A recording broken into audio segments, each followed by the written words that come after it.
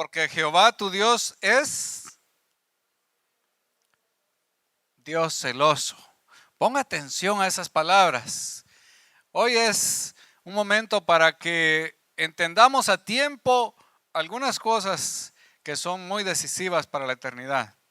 La otra cita dice, eso estaba en Deuteronomio 4:24. La otra dice, e irán estos al castigo eterno y los justos, ¿a dónde? A la vida eterna. ¿Dónde está eso? Muy bien. Ahora una cita de Apocalipsis, que va siempre en el tema del juicio, porque el tema para hoy es Dios castiga, que es una cosa que muchos la han descartado ya de su agenda. Dios no castiga. Bueno, pues hay que entenderlo a la luz de la Biblia. Dice, y vi a los muertos, oiga bien, a los muertos, por supuesto ya resucitados. Dice grandes y pequeños, y no se refiere a los grandes de estatura y pequeños de estatura, sino también a los niños, ¿verdad? Grandes y pequeños de pie ante Dios, o sea, listos para ser juzgados. Y los libros fueron abiertos, o sea, las memorias. Y otro libro fue abierto, el cual es el libro de la vida. O sea, la memoria de cada personita acá y en el mundo. Y también la memoria de nuestro Dios, que es una mente infinita. Y fueron juzgados, oiga bien, fueron juzgados. Dios va a juzgar. Fueron juzgados los muertos por las cosas, o sea, no en vano, sino por las cosas que estaban escritas en los libros, según sus obras. Las obras cuentan, incluyendo la obra de fe. Y el que no se halló inscrito, estas son las palabras finales y determinantes. Y el que no se halló inscrito en el libro de la vida fue lanzado al lago de fuego. Ojalá pudiéramos borrar esas palabras de la Biblia. Podemos preguntarle a Dios si podemos borrar eso de la Biblia, porque este es solo un texto, pero hay muchos que hablan del juicio y del castigo. Señor, gracias por hoy abrir tu palabra y también, Señor, entender lo que tú quieres decirnos. Venimos, Señor, con temor y con temblor delante de ti, a hablar estas cosas de la eternidad, Señor, que tienen que ver con la eternidad de cada uno de nosotros. ¿Dónde pasaremos la eternidad? Ayúdanos, Señor, con tu Espíritu Santo, auxílianos. Prepara, Señor, toda nuestra vida. Limpia, Señor, todo nuestro ser, nuestros pensamientos. Limpia, Señor, el corazón de cada persona. Hazlo un corazón dispuesto, Señor, a meditar y entender esta palabra. Ayúdanos, Señor. Probablemente sea la tarde determinante para la salvación de algunas personas. Probablemente sea el momento que nos está preparando para lo que viene al final, Señor. Tú sabes que la humanidad está muy confiada, se ha confiado tanto, se ha quedado ahí más aferrada a las cosas de la tierra, Señor. Líbranos, Señor, de esas cosas pasajeras y ayúdanos a pensar, Señor, en la eternidad, porque nuestra vida será eterna contigo y ojalá solo contigo, mi Dios. Gracias te damos. Gracias, Señor, en el nombre de Jesús. Amén. Pueden sentarse, por favor.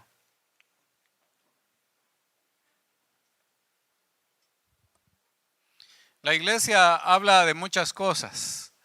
La iglesia tiene muchos temas y son tantos que ocupan prácticamente el programa de la mayoría de iglesias. Temas que no tienen que ver precisamente con el futuro, sino más bien con el presente, que no tienen que ver con la vida al otro lado, sino la vida de este lado. No tiene tanto que ver con aquellas cosas de pensar en Dios y tener amor y temor de Dios, respeto a Dios, sino más bien la autocomplacencia, o sea, buscar cómo sentirse uno bien. Miren, lo que importa es que yo me sienta bien y ese es un criterio del mundo ahora, muy de moda. Que tú te sientas bien es lo más importante. Lo que diga la gente no importa. Si tú te sientes bien así, está bien. Así quédate. ¿A ti te gusta ser así? Puede ser así. ¿O quieres ser de la otra manera? Puede ser de la otra manera. ¿Quieres dejar de comer esto? Está bien. ¿Quieres comerlo? Está bien. ¿Quieres ponerte esta ropa? Está bien. ¿Quieres cambiar tu modelo o tu estilo? Está bien. Lo importante es que tú te sientas bien. Pero hay que recordarse que el ser humano vive en pecado. Los seres humanos son pecadores desde que nacen, desde el vientre de la madre. Y el pecado tiene una consecuencia. El pecado ya ha recibido castigo. Para aquellos que dicen, Dios no castiga. El pecado ya está recibiendo castigo. Desde que la humanidad fracasó, vino el castigo. El ser humano se murió. Murió espiritualmente. Empezó a sentir una serie de problemas en su vida. Y Dios le advirtió qué iba a pasar después de la caída. Le dijo claramente, ¿qué te va a pasar a ti, mujer? ¿Qué te va a pasar a ti como hombre? E incluso le hizo una sentencia a la serpiente, que es el enemigo.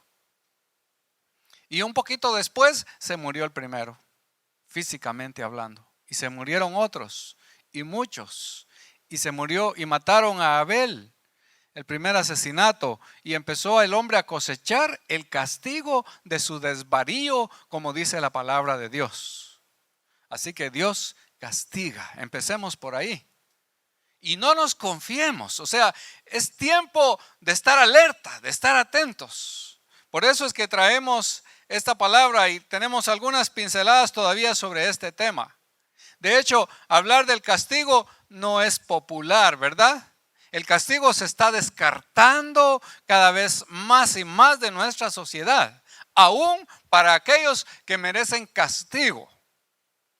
En Proverbios dice que el látigo es para la espalda del necio y de la necia también.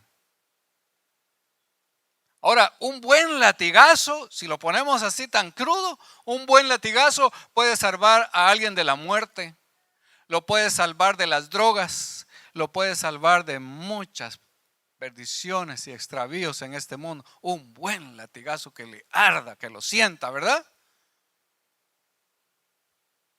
Le puede salvar. Algo que puede parecer tan drástico de parte de un padre, de una madre, cuando sea grande va a decir, gracias que me corregiste, porque si no yo estuviera como aquel que no corrigieron.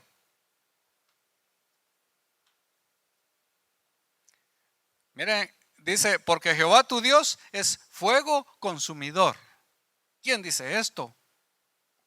Pues viene de Deuteronomio, viene del libro de la ley, viene de Moisés, de un hombre que sabía que Dios castiga, porque ya había castigado al pueblo delante de él en sus propios ojos. El pueblo había sufrido el castigo de Dios. Dice, porque Dios es Dios celoso. ¿Cuántos celosos hay aquí? Yo sé que no se atreven a levantar la mano, pero hay varios celosos. O tal vez celoso no, pero celosa sí. ¿Y qué hace cuando mira por ahí que algo no se ve muy bien en su pareja? Como que se acercaron mucho. Como que le hizo ojitos. Como que le coqueteaba. ¿Se pone contento por eso? Bueno, si ya no lo quiere, sí, qué bueno, al fin me voy a deshacer de esta cosa. Pero si le ama, por supuesto que no, porque es celoso. Claro, hay un celo enfermizo también, ¿verdad? Hay que tener cuidado con eso. Pero Dios es celoso con cada uno de nosotros porque nos ve como algo especial para Él. Nos ama tanto. Nadie nos ama como nos ama Dios. Y por eso Él es celoso. Y cuando le coqueteamos al pecado, recuérdese, Dios es celoso. El otro texto dice, es una conclusión que hace Jesús después de dar un discurso, un sermón de Jesús, un bello sermón. Y como conclusión de su sermón, como decimos nosotros, vamos a concluir. Miren qué conclusión la que trae Jesús aquí. ¿Quién se atreve a dar una conclusión de esas? Dice, e irán estos al castigo eterno y los justos a la vida eterna. Wow, así concluye.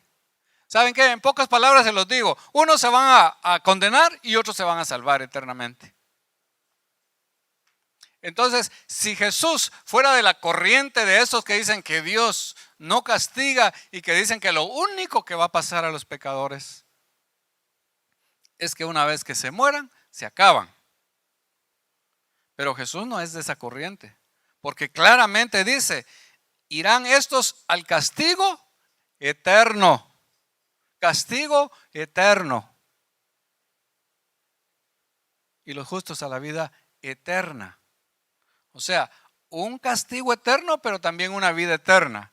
Dos grupos. Uno va a este lado de la perdición eterna y otros van a gozar de la presencia de Dios. Así lo concluye él. Ahora dice también en este otro texto que el Señor va a hacer un juicio y que todos serán juzgados por sus obras, las obras que hayan hecho. Pero quiero aclarar algo aquí. No es porque uno se salve haciendo las buenas obras como algunos piensan. Las buenas obras son buenas, son necesarias, es más, son indispensables en una persona que tiene fe en Cristo. Son indispensables, deben de ser el fruto.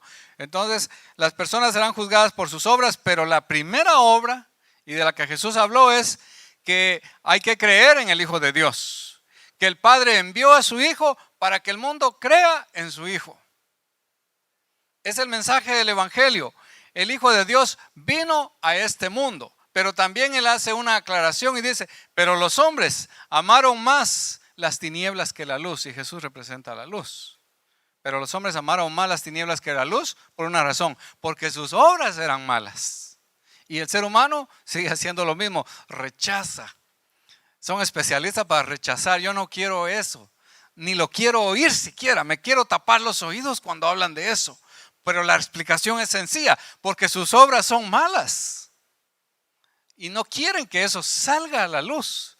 Es mejor mantenerlo ahí oculto. Pero también concluye esto, dice, y el que no se halló inscrito en el libro de la vida, y eso está al final de la Biblia, el que no se halló inscrito en el libro de la vida fue lanzado en el lago de fuego.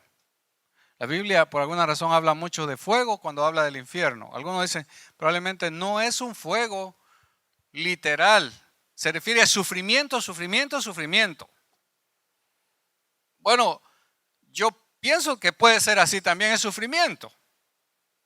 Pero ¿qué problemas tiene Dios para que eso sea fuego? Si los volcanes echan fuego ahí por todos lados. El fuego es tan impresionante y es tan vasto en el mundo que hasta los filósofos se han inspirado en el fuego. Pues ¿cómo no lo iba a hacer Dios? Y por eso habla del fuego. Dice, serán lanzados en un lago que arde con fuego y azufre. Pero ojalá que no sea fuego, ¿verdad? No queremos ser malos con aquellos que ojalá no vayan ahí, o probablemente con nosotros mismos, que tampoco nos podemos confiar, porque de dos cosas depende, de que tengamos fe en el Señor para ser salvos, y también, aunque usted no lo crea, de la fidelidad a Dios, porque la fe en el Hijo de Dios hace que busquemos la voluntad de Dios a cada día. Mire que cuando se habla de los pecadores, de los malos, hacemos las dos listas. En el mundo están los buenos y los malos. Eso parece blanco y negro, ¿verdad? Pero cuando tratamos de explicarlo un poquito, como que nos metemos a ciertas dificultades para entenderlo. Pero el mundo considera que los delincuentes ahora dice que son pacientes. O sea, por eso les digo, están flexibilizando las cosas. Dice, ya no hablemos tanto de pecadores, delincuentes, esas palabras suenan muy fuerte y por eso los quieren tratar así. Dice, a las personas que hacen mal se les debe de considerar pacientes, no pecadores ni delincuentes. El mal comportamiento debe entenderse como una enfermedad, no como un pecado, y el remedio necesario se ha de buscar en términos de tratamiento y no de castigo. Así está pensando nuestro mundo. Así está pensando esa gente que se encarga de juzgar estos casos. Y por eso es que uno se sorprende y dice, pero todo lo que hizo, ¿cómo pudo hacer semejante masacre? Y ahora se sale con esa de que es que tenía un problema mental. Y hay que darle tratamiento psicológico, medicinas, etcétera. Y uno no entiende esas cosas. Pero ahora la Biblia no por fuerza piensa de esa manera. La Biblia tiene otro punto de vista. Fíjense bien, Dios no quiere condenar a nadie. Eso que quede aquí, miren, Dios no quiere condenar a nadie. Pero es que cada uno busca el castigo por su propia voluntad. ¿Cuántas veces se ha dicho esto? No es nuevo, ¿verdad? Dice, el ser humano ha cambiado las palabras de Jesús. Cuando Jesús dijo, hágase tu voluntad, le dijo al Padre. Y el ser humano ha cambiado esas palabras y ahora dice, ante el Padre, ante Dios, dice, hágase mi voluntad. Ya les dije, el ser humano busca satisfacerse. Yo estoy bien porque me estoy satisfaciendo. Por lo tanto, busca sus deseos. Dicen, todos buscan el placer personal, no la gloria de Dios. Pero oiga, le quiero aclarar algo. A Dios no le interesa tanto su placer personal y sus goces. A Dios le interesa su voluntad y su gloria. Que no suena bonito, es cierto, porque ahí precisamente se nota que a veces buscamos nuestra voluntad, porque esas palabras no nos parecen bien. Podemos imaginar que en el día del juicio, Dios le diga a una persona, tú dijiste que querías hacer tu voluntad, ¿verdad? Y no le va a poder decir que no, porque eso, por lo menos en sus hechos, eso quiso hacer. Entonces Dios le dirá, hágase tu voluntad. Tu voluntad era escoger la perdición. Complacido. Se puede razonar de esta manera. Oiga bien esto que alguien dijo, me gustó, dice, no hay ninguna ley que le obligue a mentir. Nadie le lleva a punta de pistola a mentir. No hay una ley que le obligue a robar o que le obligue a engañar o a fornicar. No hay ley que nos obligue a eso. Nadie nos obliga a ser orgullosos. No, nadie nos obliga a ser envidiosos o celosos o egoístas. Nadie nos sanciona por no adorar a Dios o por no darle gracias por su bondad y pedirle ayuda en oración. Nadie le está prohibiendo, no puedes pedir ayuda a Dios en oración. No hay leyes que nos impidan leer la Biblia que diga, cuidado, lees la Biblia, porque usted dirá, pero en algunos países sí, usted la puede leer en privado si quiere. Puede leer la Biblia todo el tiempo que quiera, nadie se lo impide. Todas esas son opciones. Fíjense bien, opciones. Orar, dar gracias, buscar la voluntad de Dios, buscar las cosas de Dios, servir a Dios, adorar a Dios, rendirse ante Él, son opciones. Pero el ser humano en su gran mayoría ha optado por desobedecerlas y ha escogido vivir a su manera. Entonces, aunque parezca extraño, pero la condenación es opción que el ser humano está buscando. Y yo creo que nadie se va a sorprender o nadie se sorprendería. Yo espero que ni una sola persona, yo quisiera que ni una sola persona fuera apartada a la condenación eterna. Pero nadie se sorprendería, nadie que esté buscando su voluntad se sorprendería aquel día si Dios le dice, confirmado tu deseo. No tendría razón. Entonces, aún muchos, fíjense bien, siguen diciendo, no me gusta la Biblia. Es un libro para viejos. Es un libro anticuado. No me gusta la Biblia. No me gustan esas cosas de la iglesia. Mucha gente está diciendo eso, ¿verdad? Pero ¿qué está diciendo? No me gusta lo que a Dios le gusta. Ahora, ¿por qué le parece raro al ser humano eso de la Biblia? Eso de las cosas de Dios. ¿Por qué le parece raro? porque quiere hacer lo que le gusta nada más. Es por eso, está buscando su propia gloria. Muchos quieren vivir así, ahora separados de Cristo, pero esto los llevará un día a una separación eterna. Cristo está ahora para todos, pero no estará un día para todos. Un día sí estarán ante el Señor y será probablemente la última vez que va a estar cerca de ellos, cerca, porque los tendrá enfrente a todos y les dirá: ustedes van al castigo eterno. Y esos serán los últimos segundos que el ser humano la estará pasando bien todavía, porque aún no estará en el infierno.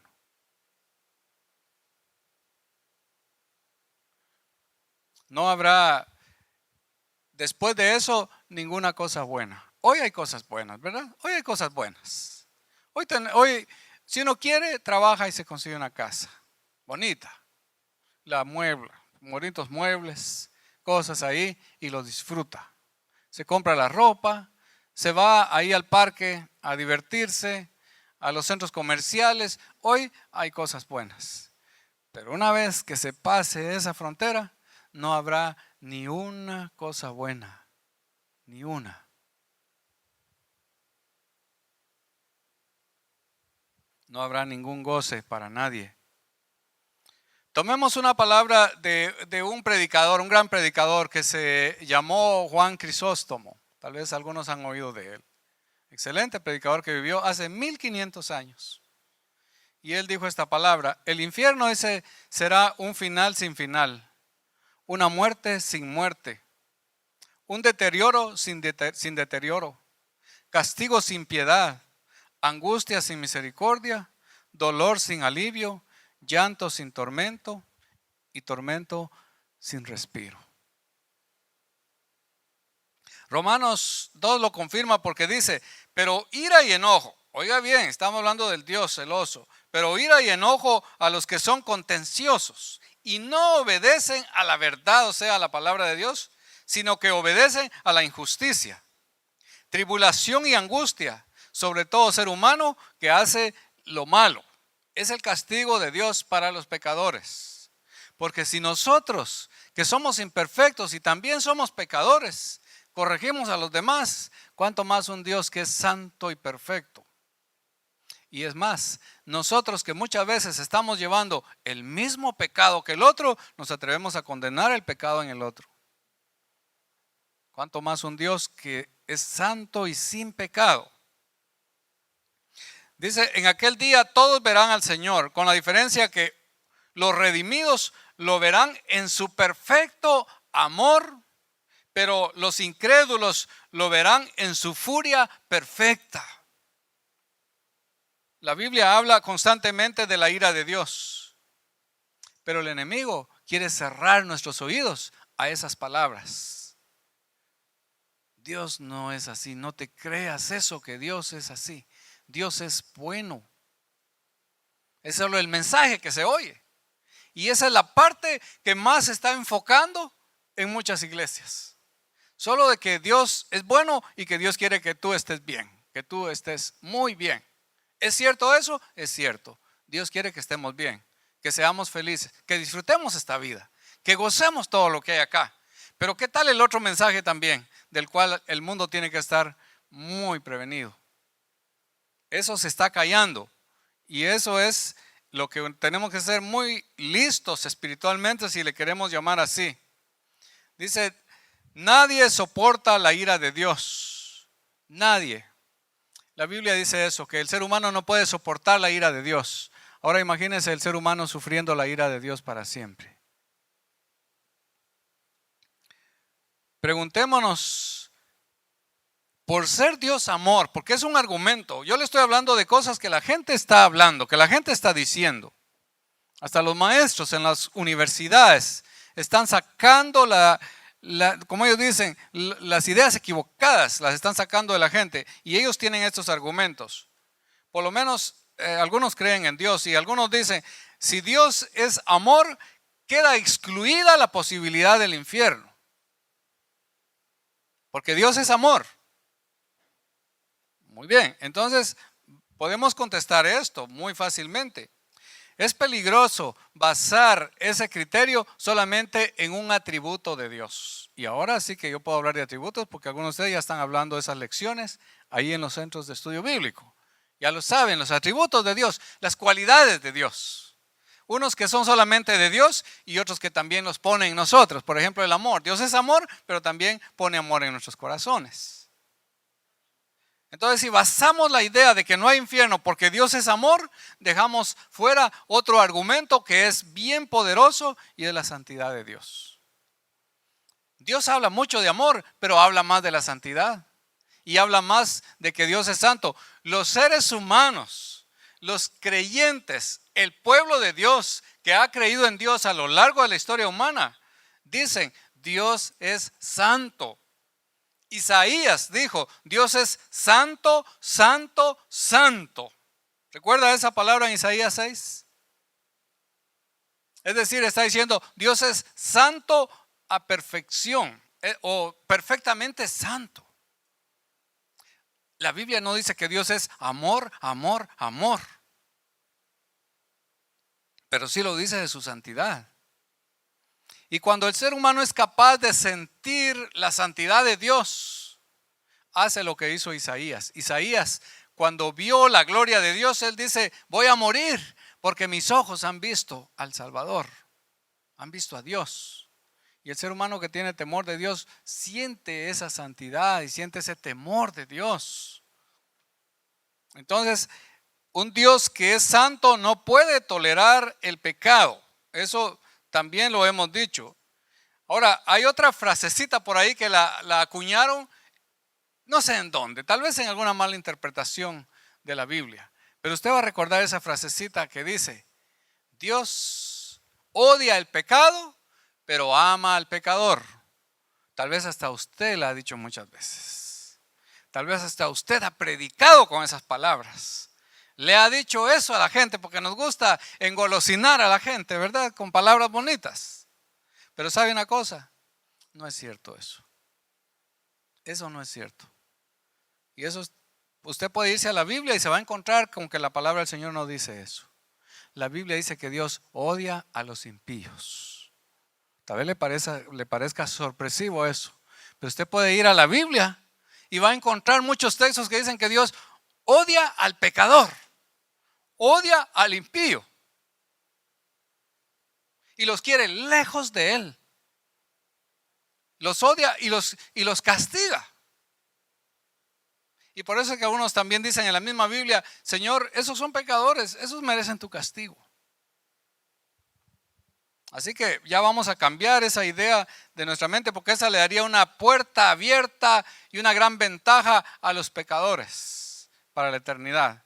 Les dejaría la puerta entreabierta para que ellos solo empujen, ¡fum!, se metan. Dios odia el pecado, pero ama a los pecadores. Pero le dejo claro, eso no es cierto. Dios odia a los pecadores. Y aquí está en estos textos que hemos leído hoy. Y los que estén aferrados a eso y apegados a eso, lamentablemente se tendrán que llevar una gran sorpresa en aquel día. Recuerde, Dios ya ha demostrado el castigo temporal contra el pecado. Y no le temblará la mano, como dicen por ahí, para castigar el pecado eternamente también. Y quiero terminar esta serie porque todo el mes hemos estado hablando de esto. Quiero terminar esta serie diciéndole lo que ya le dije en una ocasión. Yo quisiera que esto no fuera así. Yo quisiera que nadie fuera a la condenación eterna un día. Pero siento una responsabilidad delante de Dios. Y siento el temor delante de Dios de decirle estas cosas tal y como las siento en mi corazón y como las puedo percibir también en la Biblia. Y si yo estoy equivocado, que ya se lo dije a Dios también, Señor, soy humano y puedo equivocarme. En la interpretación de la Biblia puedo equivocarme. Y se lo digo a usted también honestamente, yo podría estar equivocado.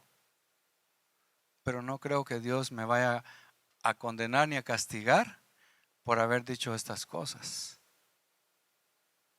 Y para todos sería una gran oportunidad decir, no existía el infierno, no existía tal condenación. Para todos será una tremenda oportunidad y van a entrar felices al cielo, saltando. Qué bueno que Gadiel y tantos predicadores que hablaron eso estaban equivocados. El peligro es que si esto es verdad, con toda la carga bíblica que hemos dicho, si esto fuera verdad, ¿se imagina pasar la eternidad sin Dios en la condenación? ¿A quién le gustaría esto? Porque de que nos vamos a ir de acá, nos vamos a ir. De que vamos a pasar ahí al otro lado, vamos a pasar al otro lado. Y hay muchos textos que dicen que habrá un juicio también, así como hay juicios terrenales. Y los juicios terrenales reflejan un poquito el carácter de Dios, la justicia de Dios. También lo habrá en el más allá. ¿Sabe que alguien se estaba burlando de los predicadores? Porque dice, ahí será el lloro y el crujir de dientes, dijo Jesús, ahí en el infierno. Y alguien se estaba burlando de eso y dijo, ay, ¿y cómo van a crujir los dientes de los que no tengan dientes? Muy sencillo, se les darán dientes. Porque van a resucitar. Y van a resucitar perfectamente buenecitos para sufrir así. Por eso también es que dice, y aunque estén muriendo no se van a morir. Bueno, yo se lo dejo ahí. Piénselo, razónelo, consulte con Dios. Dígale a Dios ahora, Señor, ¿y eso que nos dijeron? Como que ya lo habían dejado de decir hace mucho tiempo. Y ahora lo vuelven a decir. El mundo está desenfrenado y probablemente significa que la venida del Señor está muy cerca y que Él viene para eso precisamente, para juzgar. Y nosotros estamos acá, en un buen lugar, excelente. Yo les diría, en mis humildes palabras, no nos arriesguemos. No nos arriesguemos. Uno se puede arriesgar a otras cosas en la vida, pero esto sí que no. Por lo menos yo no lo hago. Lo bueno es que uno no se condena por los pecados que tiene. Porque los pecados que tiene los puede confesar. Se condenan por no confesarlos. Y se condena por no creer en aquel que ha sido enviado para salvar precisamente. Pero de que podemos salvarnos con la fe en el Señor, aún con todos nuestros pecados, podemos salvarnos. Ir directamente a la presencia de Dios, a gozar con Él. Y de eso vamos a estar hablando el próximo mes, acerca del cielo.